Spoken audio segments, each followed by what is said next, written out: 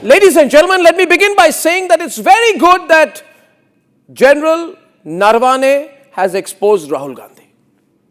It was very important he does that because Rahul Gandhi was depending on the silence of General Naravane to spread a lie, cause mayhem in Parliament, shoot and scoot like it's his policy always, and get away with it. Well, he almost did.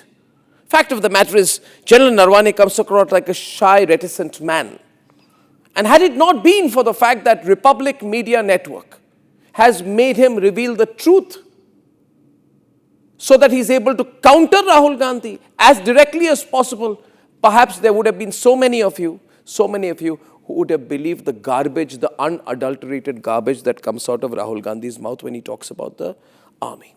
Now, what are the points that General Naravane has made? He's made three fundamental points. The first point, where he says, it's absolute nonsense to say that we have ceded land to China. Remember, ladies and gentlemen, the liar Rahul Gandhi says, we've given away 12,000 square kilometers to China. Why has Prime Minister Modi given up Indian territory to the Chinese? This is the question that needs to be answered by him and by the defense minister first. Maybe one day he'll say we've given away the whole country to China, because Rahul Gandhi is an irresponsible person.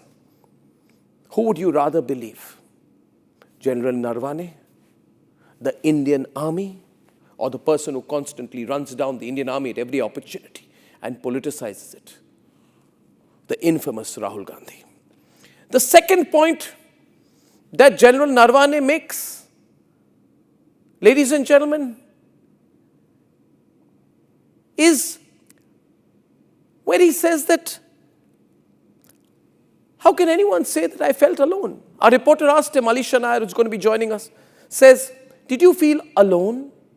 Is it true what has been written about you, that you felt alone, lonely? You know, Rahul Gandhi, who has not done one day of national service, was presenting the chief of the Indian army like a lonely, silent, brooding figure with nowhere to go, with the prime minister not responding to him, with the defense minister not speaking to him, handling the situation the best he could.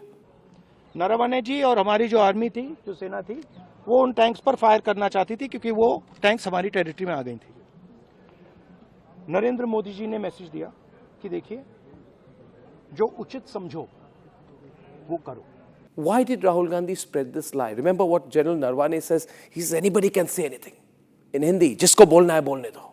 That's as straightforward and direct as hitting back Rahul Gandhi can get. But the question is, why did Rahul Gandhi dare to spread lies? Shooting off the shoulders of a former army chief. I ask the nation today, how long will we allow this man to get away with this? This 56, 57-year-old adolescent. Ladies and gentlemen, it is wrong. And most importantly, Rahul Gandhi went around waving this caravan article, which they call an essay. It's not an essay, it's a work of fiction. It's trash. It's low level. But it uses one tactic which is frightening. Interpretation put out as unnamed sources.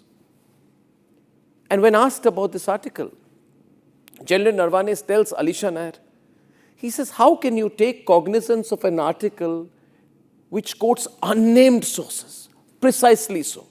Thank you, General Naravane, for saying what has always been on our mind. These people do hatchet jobs and they quote this as, long-form journalism. It's a dirty hatchet job most often. They've even done a whole cover story on me because they cannot ever come to terms with self-made people who do something on their own. But this caravan articles attempt to use unnamed sources of interpretive journalism, the absence of any journalistic method, tactic, ethic, has been exposed by General Naravane himself. Now, my question is not to the magazine. I don't give them importance. My question is to Rahul Gandhi. Rahul Gandhi, now that you have gone around using those unnamed sources as verified material, I want to ask you, which school of journalism, Rahul Gandhi, did you go to? which newsroom experience did you ever have in life? The only real news experience you had, Rahul Gandhi, was when you had the privilege to face me.